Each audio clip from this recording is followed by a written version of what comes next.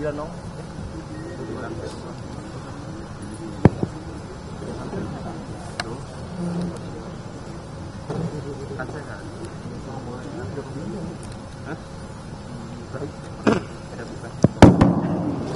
Bismillahirrahmanirrahim. Assalamualaikum warahmatullahi wabarakatuh. Selamat sore teman-teman semuanya. Terima kasih kehadiran pada sore hari ini. Kami KPK akan mengumumkan sekaligus melakukan penahanan terhadap para tersangka terkait dengan korupsi tunjangan kinerja ya, tunjangan kinerja pegawai atau tukin pegawai di lingkungan Kementerian SDM tahun 2020-2022.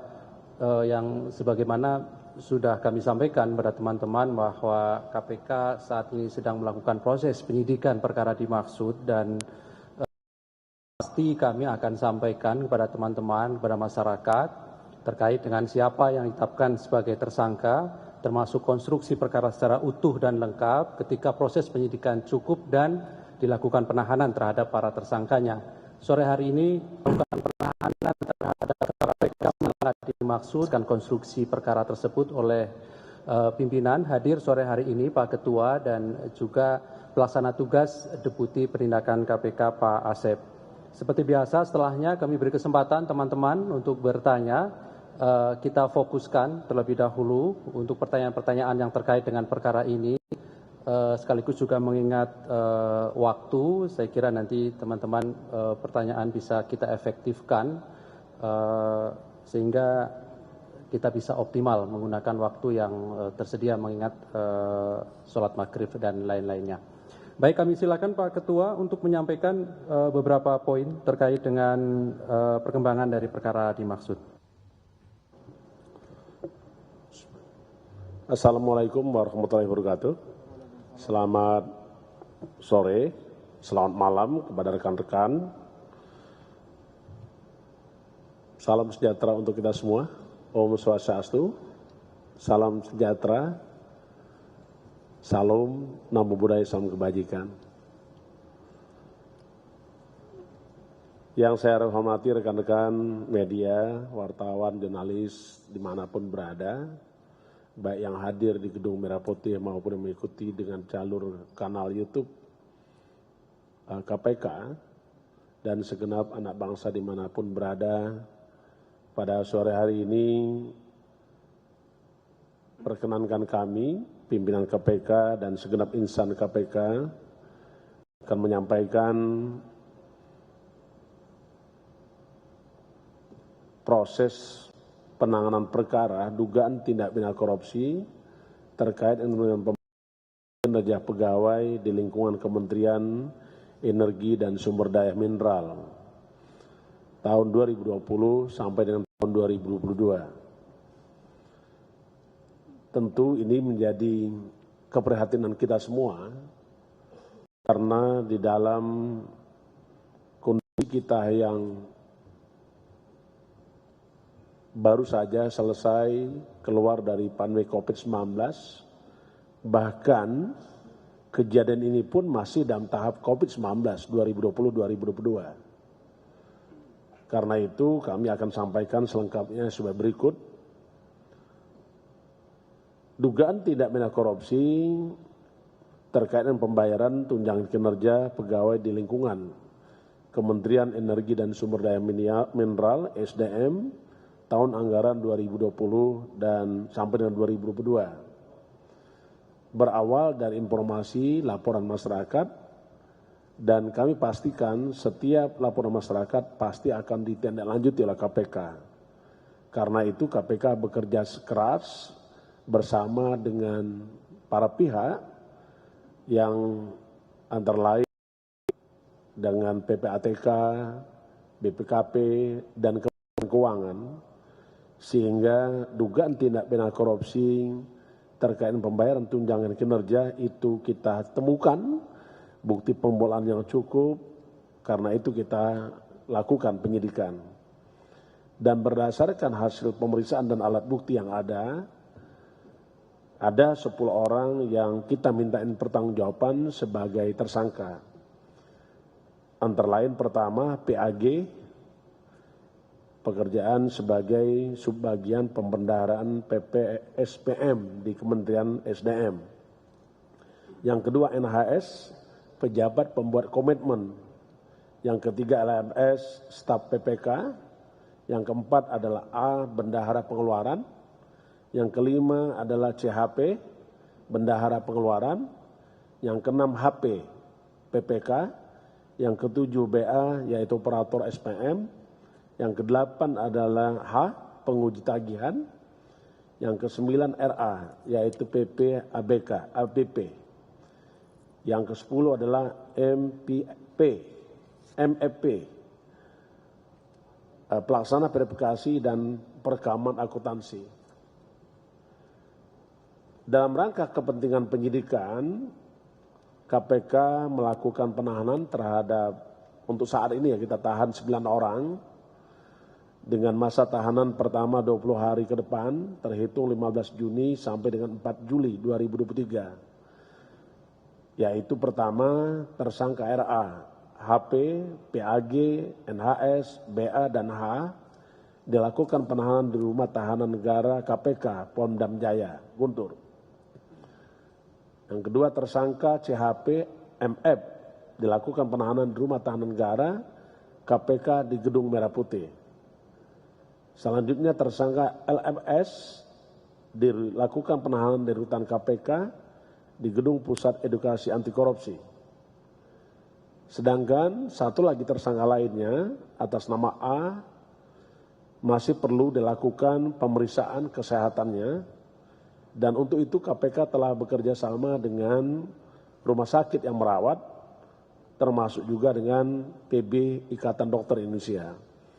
Karena prinsipnya kita sungguh-sungguh mengedepankan menjunjung tinggi hak asasi manusia. Tetapi nanti kalau seandainya memungkinkan untuk dilakukan penahanan, tentu kita tunggu hasil pemeriksaan dari rumah sakit maupun dari ID. Adapun konstruksi perkaranya sebagai berikut.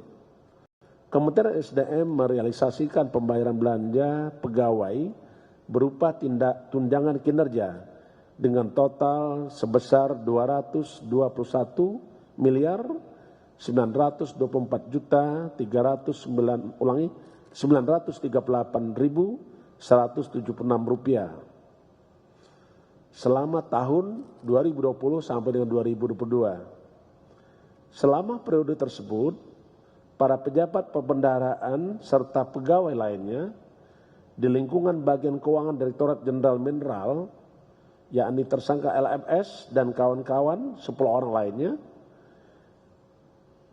diduga telah melakukan manipulasi dan menerima pembayaran tunjangan kinerja yang tidak sesuai dengan ketentuan hukum dan peraturan perundang-undangan.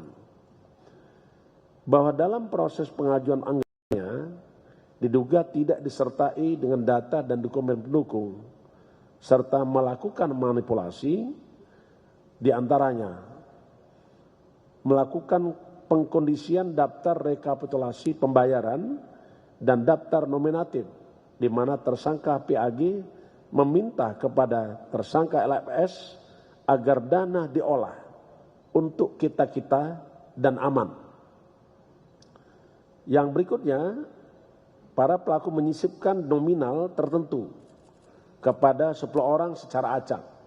Di samping itu, juga melakukan pembayaran secara ganda atau lebih kepada seorang atau 10 orang yang telah ditentukan. Jadi ini adalah modus operandi dilakukan oleh para pelaku. Sehingga dari jumlah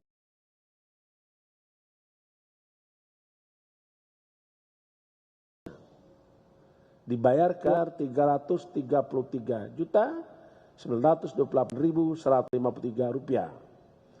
Namun pada faktanya yang dibayarkan sebesar 29 miliar 3 juta rupiah 205.373. Sehingga atas kejadian tersebut dan perbuatan para tersangka telah terjadi selisih atau kelebihan bayar 27 miliar 603 juta 277.720 rupiah, dan ini mengakibatkan kerugian negara. Selisih pembayaran tersebut diduga diterima dan dinikmati oleh para tersangka, baik tersangka PAG sebesar 4,75 miliar, NHS sebesar 1 miliar, LFS sebesar 10,8 miliar, A sebesar 350 juta, CHP sebesar 2,5 miliar, HP sebesar 1,4 miliar, BA sebesar 4,1 miliar, H sebesar 1,4 miliar, RA sebesar 1,6 miliar, MFV sebesar 900 juta. Bahwa uang yang diperoleh oleh para tersangka tersebut kemudian diduga digunakan diantaranya untuk keperluan sebagai berikut. Yang pertama, pemeriksa BPKP, pemeriksa BPK RI sejumlah 1 miliar 35 juta. Dana taktis untuk operasional kegiatan kantor, keperluan pribadi diantaranya untuk kerjasama, umroh, sumbangan nikah, THR, pengobatan, serta pembelian aset berupa tanah, rumah, indoor poli, mes atlet, kendaraan, serta logam mulia. Dengan adanya penyimpangan tersebut, maka telah diduga telah terjadinya suatu perbuatan yang mengakibatkan kerugian negara atau keuangan negara sekurang-kurangnya sebesar 27 miliar 603 juta 277.720 rupiah. Hingga saat ini KPK telah menerima pengembalian uang sebesar 5,7 miliar dan uang logam seberat dan logam mulia seberat 45 gram sebagai salah satu upaya KPK mengembalikan aset recovery atau kerugian negara. Atas perbuatan para tersangka disangkakan melanggar pasal 2 ayat 1 atau pasal 3 Undang-Undang Republik Indonesia tahun nomor 31 tahun 1999 tentang pemberantasan tindak pidana korupsi sebagaimana telah diubah dengan Undang-Undang Republik Indonesia nomor 20 tahun 2001 tentang perubahan atas Undang-Undang Republik Indonesia nomor 31 tahun 1999 tentang pemberantasan tindak pidana korupsi yaitu pasal 55 ayat 1 ke 1 KUHP. KPK dalam kesempatan ini menyampaikan ucapan terima kasih dan apresiasi kepada masyarakat yang selama ini telah memberikan bantuan kepada KPK. KPK juga menyampaikan ucapan terima kasih kepada kementerian lembaga dan rekan-rekan media yang sampai hari ini terus membersamai KPK dalam upaya-upaya pemberantasan tindak pidana korupsi. Sekaligus juga pada kesempatan hari ini kami ingin menyampaikan sekaligus mengingatkan bahwa setiap rupiah yang diterima oleh aparatur sipil negara ada hasil dan dari uang yang bersumber dari uang negara, dari uang rakyat. Oleh karena itu, penggunaannya harus taat peraturan dan prosedur yang berlaku sebagaimana pertanggungjawaban atas amanah yang diberikan. Saya kira itu yang ingin kami sampaikan kepada rekan-rekan semua, segenap anak bangsa dimanapun berada. Mari bersatu memberantas korupsi sampai Indonesia bersih dari korupsi. Terima kasih. Saya Heri. Wassalamualaikum warahmatullahi wabarakatuh. Om Santi Santi Santi Om. Baik, terima kasih Pak Ketua yang sudah perkembangan dari penanganan perkara dimaksud. KPK hari ini mengumumkan 10 orang sebagai tersangka, 9 diantaranya dilakukan penahanan rutan selama 20 hari dan 1 orang masih menjalani pemeriksaan kondisi kesehatannya lebih dahulu. Nanti kami akan sampaikan perkembangan terkait dengan tersangka A ini. Baik, kami silakan. Oke, Mas Chandra silakan. 2, Mas Edi. Oke, silakan, Mas. Iya, mau nanya. Ini kan tersangka cuma bagian keuangan. Apakah ada petinggi-petinggi lain yang masih diincar atau keterlibatannya didalami oleh KPK? Terus tadi kan disebut bahwa para tersangka ini sudah membelanjakan atau mengubah uangnya menjadi barang dan emas gitu. Nah, apakah KPK bakal menerapkan pasal pencucian uang kepada mereka? Karena kan uangnya sudah berubah menjadi barang. Kasus lain boleh sekalian? Oh ya, satu lagi terakhir ya, yang Kementerian SDM juga. Kan ada lagi nih kasus SDM yang kabarnya kebocoran data. Nah, ini gimana kelanjutannya? Apakah benar itu terkait dengan izin usaha pertambangan? Itu aja. Di tengah ada? Kalau nggak ada langsung Mas Hedi. Oke, ya. Selamat sore Pak Ali, Pak Ketua, Pak Asep, saya Hedi dari Kumparan.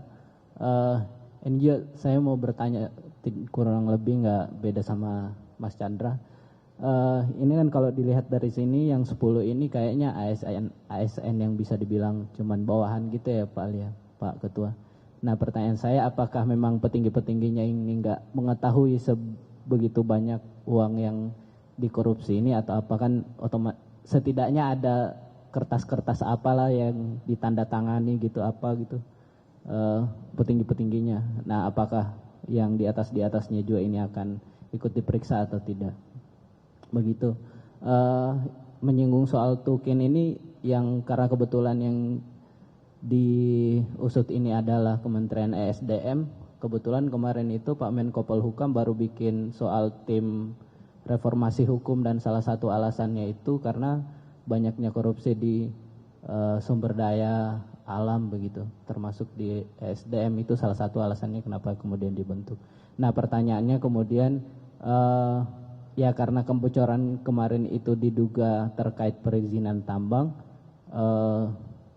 ya harapannya mungkin karena banyak yang berharap begitu, setidaknya KPK tidak hanya mengusut yang tukin di SDM, tapi yang lebih besar begitu soal izin pertambangan. Nah yang soal kebocoran itu apakah benar soal izin pertambangan, apa ada hal lain? Itu kan yang ditemukan kemarin pas proses penyidikan awal kasus ini kan Pak Ketua. Begitu. Terima kasih Mas Edi. Saya beri kesempatan satu orang lagi kalau ada. Oke, silakan ya. Selamat sore Pak Ketua. Saya Niam dari kompas.com. Izin terkait kasus Tukin ini kan kemarin center juga yang namanya Idris Royoto Sihite gitu.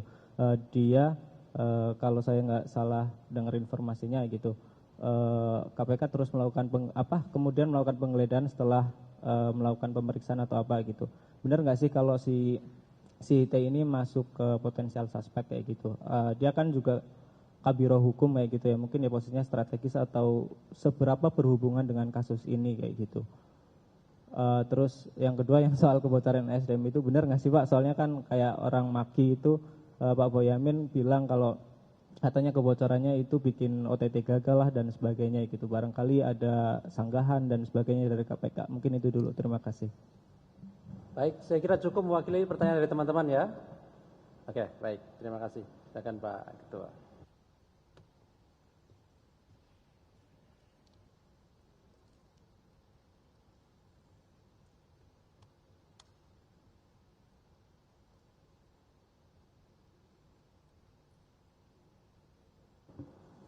Baik, terima kasih kepada rekan-rekan yang telah memberikan respon atas penyampaian KPK terkait dengan dugaan tindak pidana korupsi, pembayaran tunjangan kinerja pegawai di lingkungan Kementerian SDM. Tadi ada beberapa pertanyaan, saya akan sampaikan satu-satu, tetapi nanti ada tambahan oleh Pak PLT Deputi Penindakan, dipersilakan. Yang pertama, tentu penanganan perkara korupsi itu berkelanjutan sampai dengan tuntas, setuntas-tuntasnya. Dalam hal adalah kita tahu bahwa ini tadi disebutkan melanggar pasal 2 ayat 1 ya, terkait dengan perbuatan setiap orang melakukan dengan cara melawan hukum dan menguntungkan dirinya sendiri, memperkaya dirinya sendiri, yang akibatnya adalah menimbulkan kerugian negara. Saya kira tugas pokok kita harus kembalikan kerugian keuangan negara itu. Dan itu kita lakukan.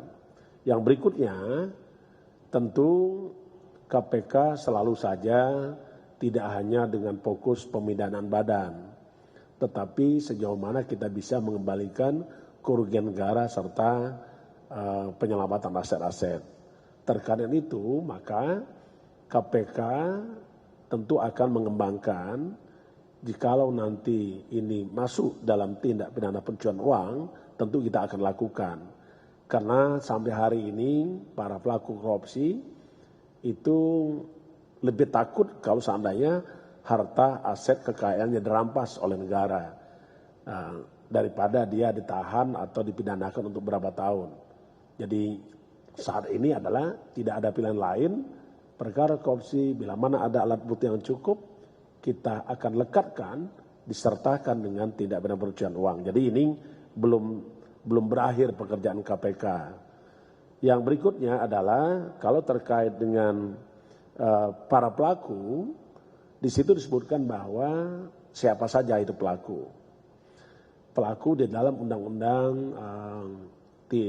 Kitab Undang-Undang Hukum Pidana di pasal 55 tadi disebutkan siapa pelaku, siapa yang membantu melakukan, siapa turut serta melakukan, siapa menyuruh ataupun membujuk melakukan, itu bisa kita sangkakan terhadap disebut dengan pelaku itu sendiri. Tetapi di dalam undang-undang kita sendiri, dalam Undang-Undang 31 tahun 99, termasuk juga undang-undang di atas perubahan 2019, disebutkan bahwa KPK dapat melakukan penyelidikan, penyidikan dan penuntutan terhadap tindak pidana korupsi, satu yang dilakukan oleh penyelenggara negara dan aparat penegak hukum atau pihak terlain. Yang kedua, disebutkan juga menimbulkan kerugian sekurang-kurang 1 miliar. Jadi tadi kalau dilihat bahwa kerugian negara lebih dari 27,6 miliar ya Pak Ali ya, maka itu masuk di dalam ranah sebagaimana dimaksud dalam pasal 11 Undang-Undang 19/2019 atas perubahan Undang-Undang 30 tahun 2002. Jadi itu merupakan kewenangan yang diatur dalam undang-undang bahwa KPK, jadi kalau seandainya rekan-rekan kok PNS, lihat pasal 11. Penyelenggara negara, aparat penegak hukum, atau pihak terkait dan atau menimbulkan kerugian negara sekurang-kurangnya 1 miliar. Jadi itu ya Pak ya. Itu. Yang kedua adalah tadi ada juga yang menyangkut tentang kebocoran informasi ya. Mana Pak Chandra dari mana? Masih ngikuti ya. Saya khawatir saya menjelaskan Pak Chandra sudah pulang duluan gitu. Ya. Terkait dengan dugaan adanya kebocoran informasi, kami ingin pastikan kepada rekan-rekan semua bahwa kita tetap bekerja fokus kepada pembuktian. Alat bukti yang cukup itu menjadi penting. Dan seketika ada bukti permulaan cukup, maka kita bisa mengatakan itu ada peristiwa pidana.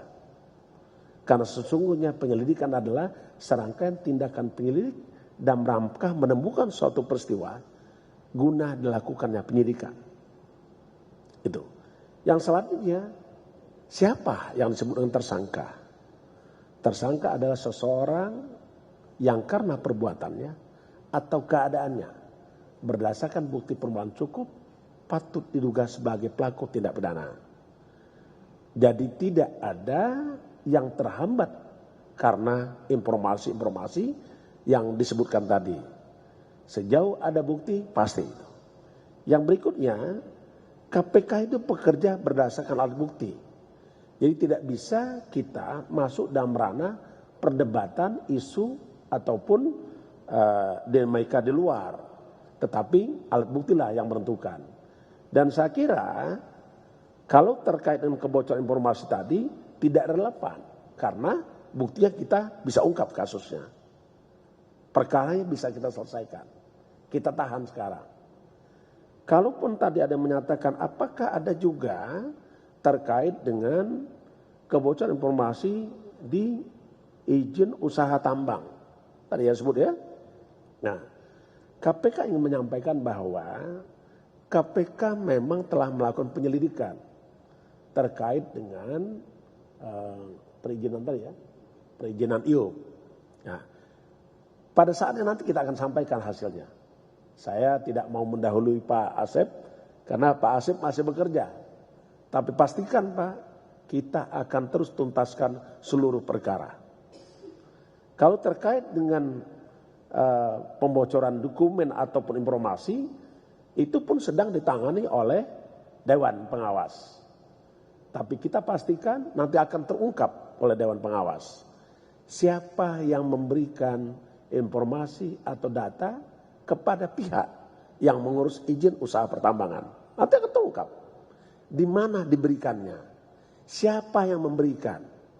Jadi gitu. Kita tidak boleh terjebak dengan isu-isu yang ataupun opini. Tapi fakta yang akan menyebutkan. Misalnya A menerima. Setelah dia menerima A, diserahkan kepada B. Tinggal kita tanya siapa ya A, siapa B, menerima dari siapa. Jadi itu yang harus dipastikan. Itulah pekerjaan KPK untuk mengungkap suatu peristiwa pidana korupsi itu. Jadi pekerjaan kita masih panjang. Pak Mario kelihatannya serius sekali. Oke.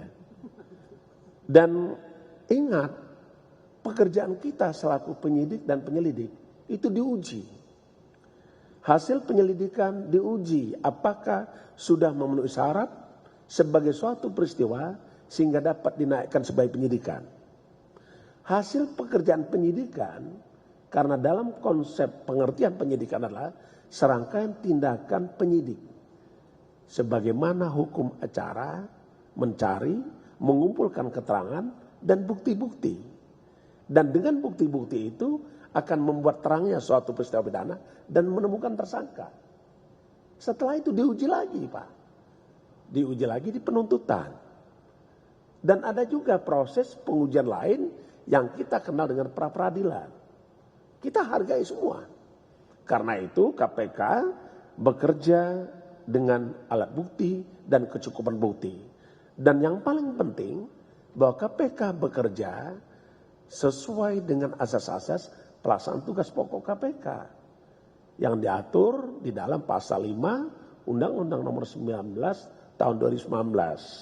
Di situ disebutkan antara lain kepastian hukum, kedua keadilan, keterbukaan, akuntabilitas, proporsionalitas, dan tetap menjunjung tinggi hak asasi manusia.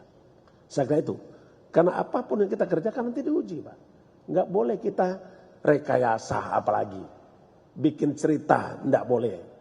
Karena yang kita sajikan ini diuji. Dan kita dipertanggungjawabkan. Baik pertanggungjawabkan secara hukum maupun juga dipertanggungjawabkan kepada yang menciptakan kita. Peradilan duniawi ada. Tapi nanti juga ada peradilan akhirat. Nah itu saya kira itu. Saya kembalikan Pak Ali ada?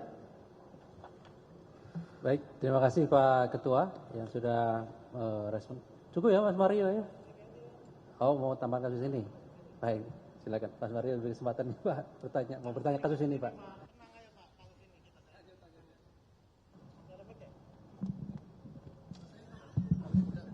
Ya karena nggak dikasih kesempatan nanya jadi ngantuk. Iya, terima kasih. Sorry. Terima kasih Pak Ketua. Saya mau nanya ini soal kasus ini. Ini kan sebelumnya saya mendapat informasi sebenarnya ada pengamanan yang jelas dari koordinasi dengan BPK RI.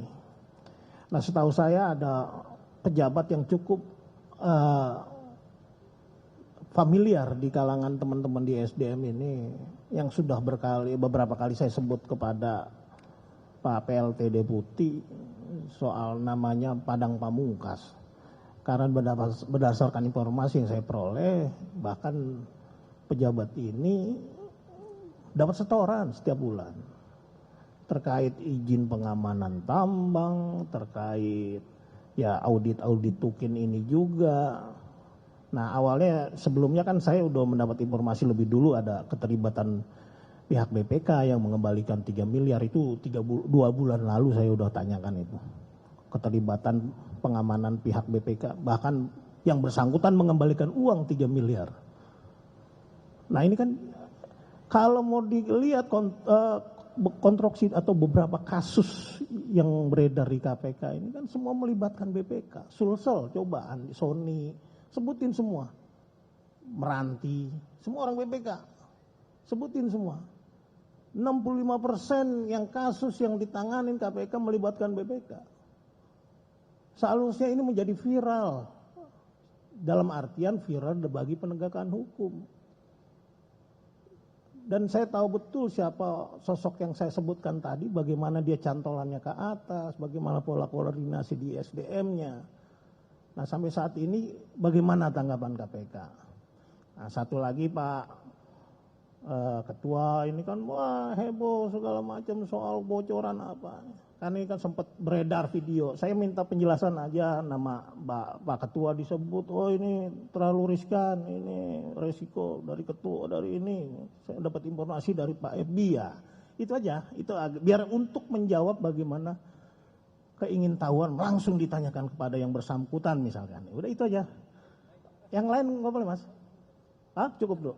Oke, terima kasih Mas Ali, Pak Ketua. Terima kasih Mas Mario.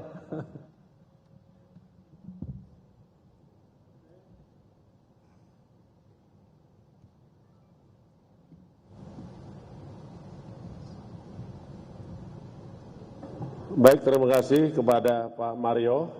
Ya, tadi terkait dengan salah satu sosok, apakah betul dia terlibat di dalam suatu peristiwa pidana yang sedang kita tangani sekarang? Tentu itu menjadikan PR kita untuk mendalami.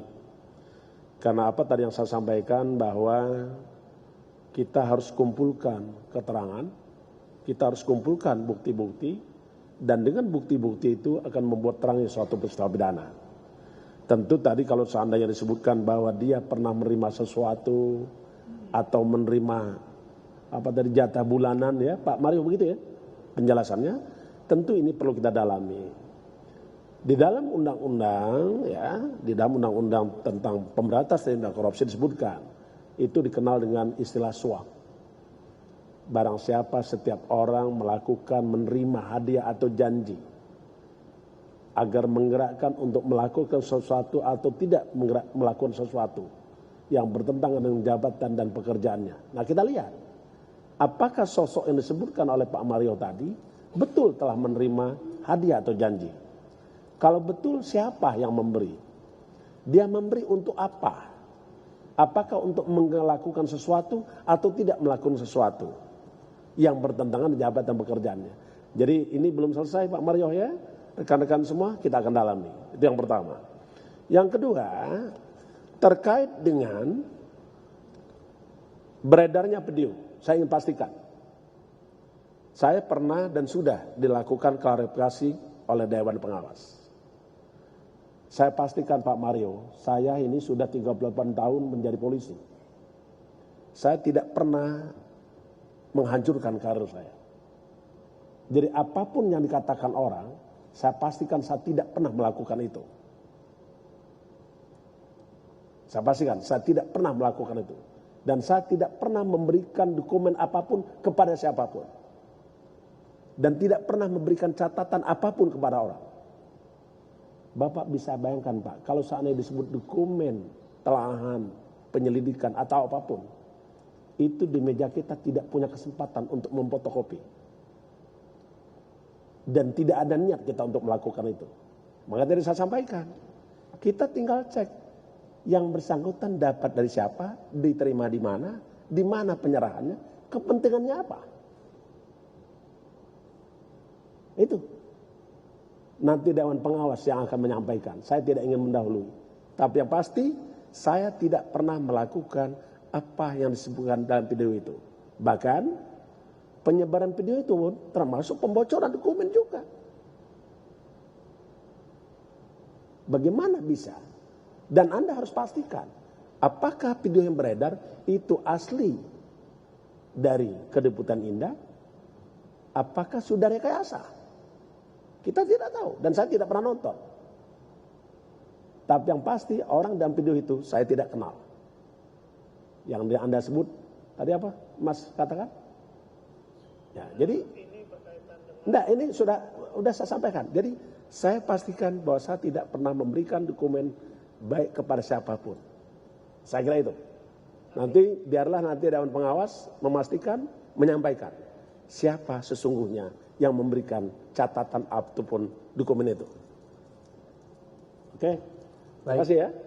Oke. Baik, terima kasih Pak Ketua atas penjelasannya. Teman-teman, saya kira sudah cukup ya.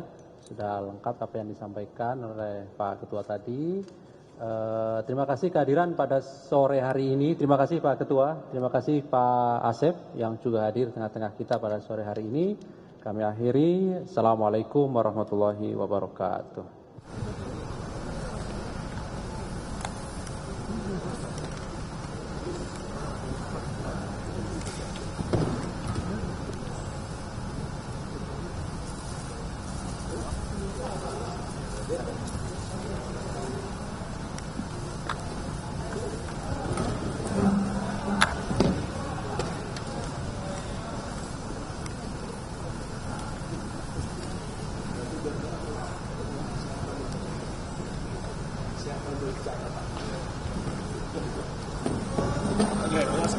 Terima kasih Pak.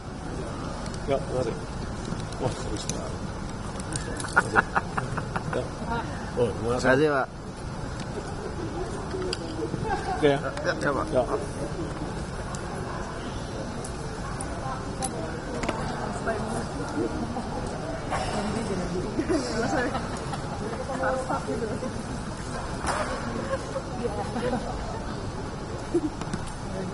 Iya.